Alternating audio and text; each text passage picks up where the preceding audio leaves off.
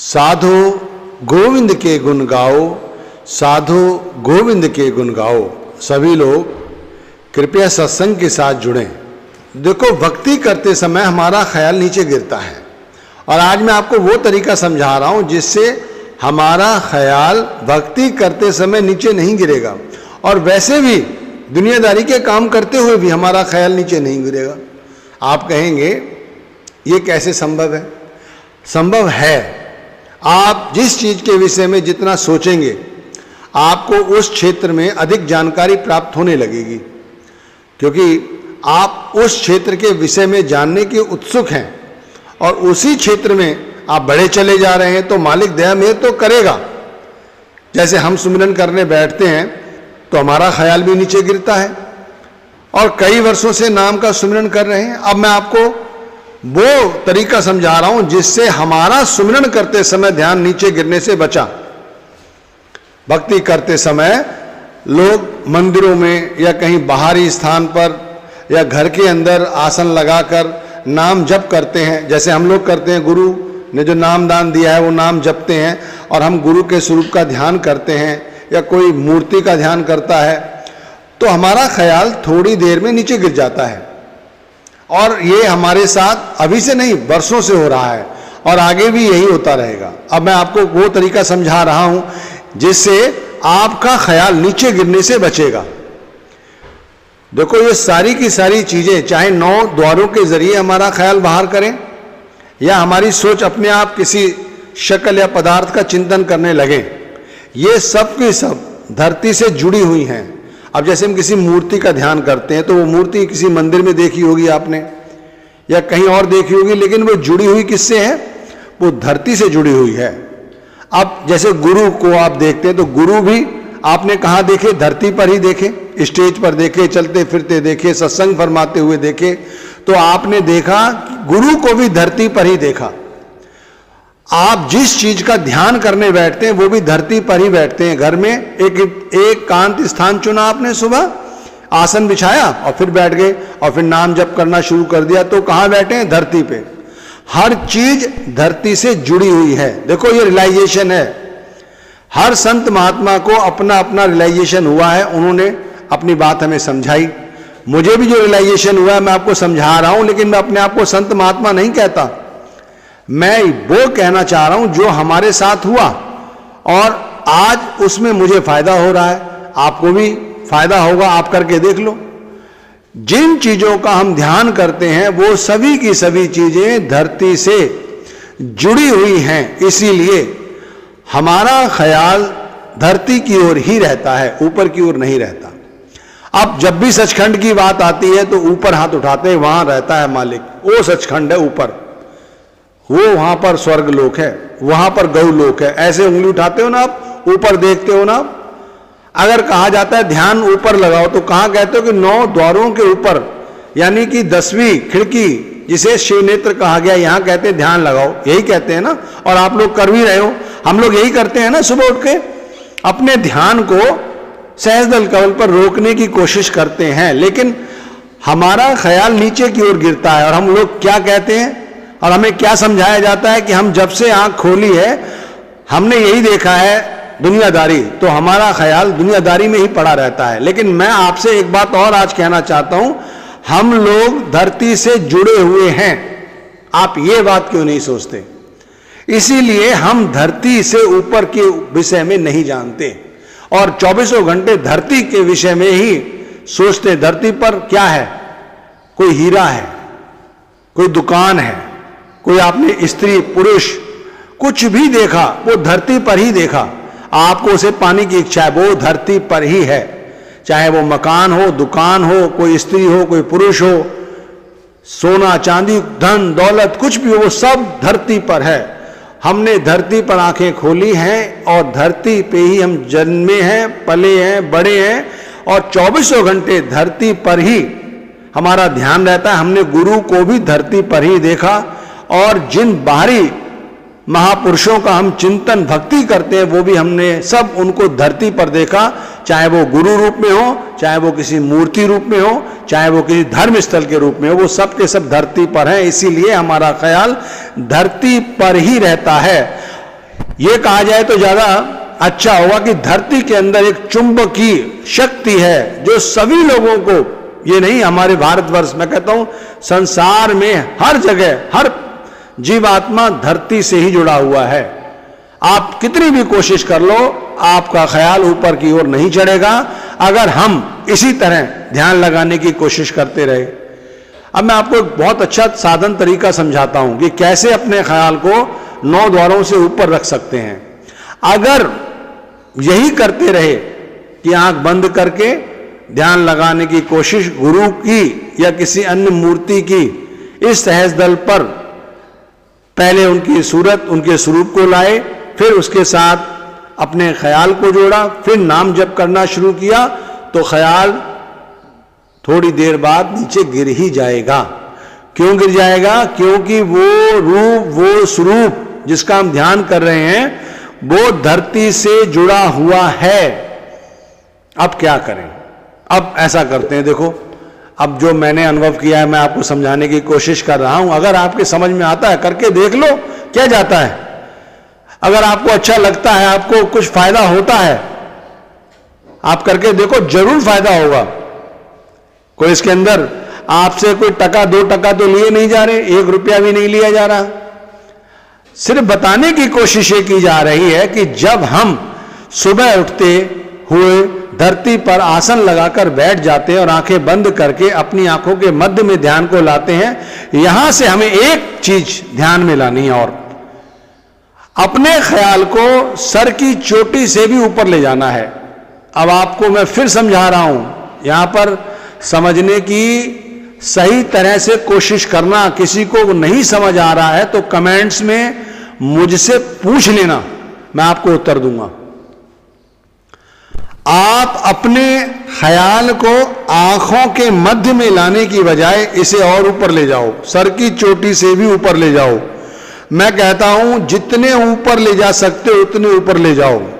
अब आप आसमान तक चले गए, आप बैठे धरती पर ही हैं, धरती पर ही आपने आसन लगाया हुआ है, सुबह का समय है, आंख आपने बंद कर ली है, सांसें सामान्य कर ली हैं। अपने ध्यान को आंखों के मध्य में लाने के साथ आप अपने ख्याल को अपने आप ऊपर ले जाइए, वहां तक ले जाइए जहां तक आप ले जा सकते हैं, वहां ले जाकर बैठ जाइए। जैसे यहां बैठे वैसे बैठ जाइए। मानसिक रूप से आप अपने शरीर से निकल गए हैं और आप वहां बैठ गए हैं। वहां जाकर आपको आप ही दिखाई देंगे, वो महापुरुष नहीं दिखाई देगा, वो गुरु दिखाई नहीं देगा, वो मूर्ति दिखाई नहीं देगी जिसके चक्कर में आप वहां तक पहुंचे हैं। आप पहले वहां जाइए, वहां आपने आसन लगाया है, आप वहां बैठ गए हैं, वहां आप ही अपने आप को देखेंगे, आप ही अपने आप को देखेंगे। आप इस स्थिति में थोड़ी देर में नाम जप शुरू कर दें, बहुत अच्छी बात है। अजप्पा जाप है, जाप शुरू कर दीजिए, आपका ध्यान नीचे नहीं गिरेगा। एक बार एक समय में ध्यान एक ही चीज का कर सकता है, हम एक ही विषय में सोच सकते हैं, 10 बातों के विषय में नहीं सोच सकते। यदि हम अपने ख्याल को इतना ऊंचा ले गए हैं और हम आसन पर बैठे हुए हैं तो हम अपने आप को ही देखेंगे, अपने विषय में ही सोचेंगे। आप उस जगह बैठे हैं, उस जगह नाम जप रहे हैं, आपने इस अवस्था में 2, 4, 5, 7 मिनट यहां गुजार के देखो, नाम जप करते हुए देखो, आपको ऐसा अनुभव होगा नीचे कोई और बैठा हुआ है और ऊपर कोई और है। डरा नहीं रहा हूं आपको, आप सोच रहे हैं डर जाएंगे, डरने की जरूरत नहीं है। जिसे कहते हैं ना आत्मा और मन की गांठ आंखों के मध्य में बंधी हुई है, आंखों की मध्य में आत्मा और मन की गांठ बंधी हुई है, वो कैसे खुलेगी? नाम का जाप करने से खुलेगी। लेकिन नाम का जाप इसी जगह बैठ के करोगे तो भाई बहुत समय लगेगा। मैं कहता हूं अगर वो खुलनी होती तो अब तक खुल चुकी होती, वो नहीं खुलती। आप इस तरह करके देखो, आप थोड़े दिन अभ्यास करके देखो, आप उस जगह पहुंचो और फिर उस जगह नाम जप करो, आपको थोड़ी देर में अनुभव होगा। मैं 4-5 दिन की बात तो नहीं कर रहा, मैं उसी समय की बात कर रहा हूं। 5-10 मिनट के अंदर ही आपको ऐसा महसूस होगा नीचे कोई और बैठा हुआ है, यहां कोई और बैठा हुआ है, यहां भी आप ही बैठे हैं। अब जैसे हम गुरु के सूक्ष्म स्वरूप की चर्चा करते हैं कि गुरु का सूक्ष्म स्वरूप कैसा होता है। गुरु का सूक्ष्म स्वरूप कोई प्रकाश नहीं होता, कोई शब्द धुन नहीं होती। बहुत से लोग भ्रमित हैं। गुरु का सूक्ष्म स्वरूप कोई शब्द धुन नहीं होती, कोई शब्द का प्रकाश नहीं होता। अगर हम कोई शब्द का प्रकाश देख रहे हैं तो उस प्रकाश में से हमें अपने गुरु की स्वरूप की अनुभूति होती है। जो हमारे सामने गुरु बैठे, जिनसे हमें नामदान मिला है, वही गुरु हमें उस प्रकाश में दिखाई देते हैं। तो ये गुरु का सूक्ष्म रूप हुआ। ऐसे तो पता नहीं कितने प्रकाश दिखाई देंगे, वो सारे गुरु थोड़ी हो जाएंगे। न सारे वो प्रकाश, न वो सारी धुनें गुरु के सूक्ष्म रूप हो जाती हैं। उन्हीं धुनों में से हमें एक ऐसी धुन प्रतीत होगी जो गुरु के रूप स्वरूप को दिखाएगी, तो हमारे गुरु का सूक्ष्म स्वरूप है। अब आप कहेंगे मैं यहां पर गुरु के सूक्ष्म स्वरूप की चर्चा क्यों कर रहा हूं? वो इसलिए कर रहा हूं क्योंकि अब हम अपने सूक्ष्म रूप या स्वरूप को देख रहे हैं। आप फिर समझें, हमने आसन ऊपर लगा लिया है, मानसिक रूप से हम ऊपर जाकर नाम जप रहे हैं। नाम जपते हुए हम ख्याल में ये देखते हैं कि नीचे कोई और बैठा है, यहां कोई और बैठा है। जो यहां बैठा है वो नीचे जो बैठा हुआ है बिल्कुल उसी की शक्ल का है। आपको अपनी ही शक्ल वहां दिखाई देगी, तो आप अपने ही सूक्ष्म रूप को देख रहे हैं। अब आपको समझ आ गया होगा कि मैं क्या समझाना चाह रहा हूं। इस अवस्था में आप नाम जपो। यहां 1 मिनट आपका नाम जपते ही ख्याल नीचे गिर जाता है, वहां 5-10 मिनट भी नाम जपोगे तब भी ख्याल यदा कदा गिरा तो गिरा। वो उन लोगों का गिरेगा जिन्होंने भजन बंदगी की ही नहीं, और जो भजन बंदगी कर रहे हैं, जिनका ख्याल नहीं रुक रहा है, उनका तो तुरंत रुकेगा। 5-10 मिनट आप बैठो, जिसमें मुश्किल से 1-2 मिनट ऐसा लगेगा कि ध्यान नीचे गिरा, वरना गिरेगा ही नहीं। और अगर अभ्यास आपने 1.5-2 घंटे का बना लिया तो भाई गुरु के स्वरूप को देखने लग जाओगे। ऐसा लगेगा गुरु हमारे सामने बैठे हैं। और अवस्था आगे और भी बड़ी सुंदर स्थिति होने वाली है। वो क्या? वो जो गुरु का रूप आपको उस जगह दिखाई दे रहा है, वो रूप आपको अब बाहर नहीं दिखाई देगा, अपने रूप में ही आपको वो रूप दिखाई देगा। जैसे आपने पालथी मारकर ध्यान लगाकर आसन पर बैठे हुए हैं, नाम जप रहे हैं, तो आपको लगेगा कि आप नहीं बैठे हैं, गुरु बैठे हैं। अब आप डरने मत, डरने की आवश्यकता नहीं है। ये होता है, ऐसा लगेगा कि गुरु स्वयं बैठे हुए हैं, नाम वही जप रहे हैं। आप उनकी बोली, उनकी आवाज, उनका चलना फिरना, उनका बैठना महसूस कर सकते हैं। और दिन में जब आप सांसारिक काम धंधे करेंगे ना, उस समय भी आप महसूस करेंगे। जैसे साइकिल आप चला रहे हैं, आप नहीं चला रहे हैं, आपको गाड़ी चलाते चलाते, साइकिल चलाते चलाते महसूस होगा कि मेरी जगह गुरु गाड़ी चला रहे हैं।